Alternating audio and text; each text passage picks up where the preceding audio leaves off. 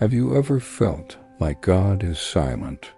Like you're praying into a void, waiting for a sign, a whisper, anything, but all you get back is silence? It's a feeling that can be incredibly isolating, even crushing. You see others getting their breakthroughs, their answers, and you start to wonder, did God forget about me? Am I doing something wrong? It's a painful place to be, and if you're there right now, I want you to know you're not alone. This experience, this season of divine quiet, is something many people of faith have walked through. But what if I told you that this silence isn't what it seems? What if the Bible itself gives us a framework for understanding these moments? It does, and it's not just a simple platitude. It's a profound truth woven into the very fabric of Scripture, revealed through the lives of its most prominent figures. The Bible doesn't just acknowledge this silence, it explains it. It shows us that God's quiet isn't a sign of His absence, but often a sign of His intricate and purposeful work unfolding behind the scenes. Let's dive into one of the most powerful examples of this, the story of Joseph. If anyone had a reason to believe God had abandoned him, it was Joseph. His life was a masterclass in suffering and silence. Think about it. He was his father's favorite son, given a beautiful coat, living a life of promise. Then, in an instant, it's all ripped away. He's betrayed by his own brothers, the people who should have protected him. They sell him into slavery. Imagine the prayers he must have cried out in that moment, begging for rescue, for justice, and the response? Silence. He ends up in Egypt, and for a while, things look up. He finds favor in Potiphar's house and rises to a position of authority. Maybe he thought, okay, God, I see what you're doing. This is the comeback. But then another devastating blow. He's falsely accused of a terrible crime he didn't commit and is thrown into prison. He's not just a slave anymore.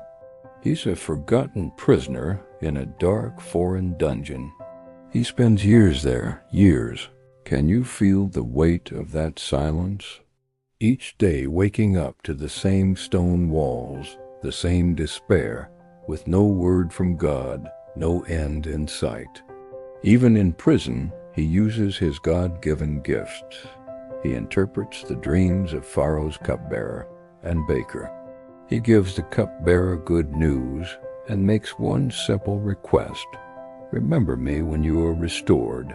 And the cupbearer is restored, just as Joseph predicted.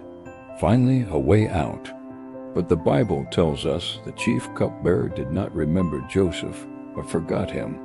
2 more full years pass in that prison. More silence. More waiting. Betrayed. Forgotten. Imprisoned. For 13 long years, from the pit to the prison, it seemed like heaven was made of brass. But here is the crucial life-altering truth of the story. God was not silent. He was orchestrating. Every moment of that perceived abandonment was a necessary step in a plan far bigger than Joseph could have imagined. God wasn't ignoring Joseph's pain. He was positioning him. He wasn't absent. He was preparing him. The years of managing Potiphar's household taught him administration. The time in prison taught him humility, patience, and reliance on God alone. Each trial was forging the character he would need to save an entire nation. And then the moment comes. Pharaoh has a dream that no one can interpret. The cupbearer finally remembers the Hebrew man in the dungeon. Joseph is brought before Pharaoh, and in an instant, the man who was forgotten in a prison is elevated to the second most powerful position in all of Egypt. The silence was broken, not with a whisper, but with a thunderous display of God's sovereignty. Years later, when Joseph comes face to face with the brothers who betrayed him, He says one of the most profound things in all of Scripture. He looks at them, not with bitterness, but with understanding, and says, "As for you, you meant it for evil against me, but God meant it for good, to bring it about that many people should be kept alive, as they are today." What felt like abandonment was actually appointment. What felt like rejection was redirection. The silence was not a punishment. It was preparation. This principle is so important for us to grasp today. In our world of instant gratification, we expect instant answers. We want the miracle now. We want the noise, the attention, the visible proof that God is moving. But God's economy often works differently. Silence builds depth. Noise just brings attention. Think of a massive redwood tree. Its strength isn't in its visible branches alone. It's in the deep, unseen root system that developed over years and years, often in quiet obscurity.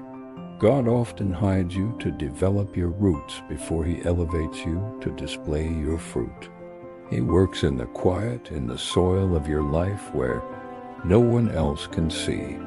So if you're in a season where God feels quiet, I want to encourage you. Don't mistake His silence for His absence.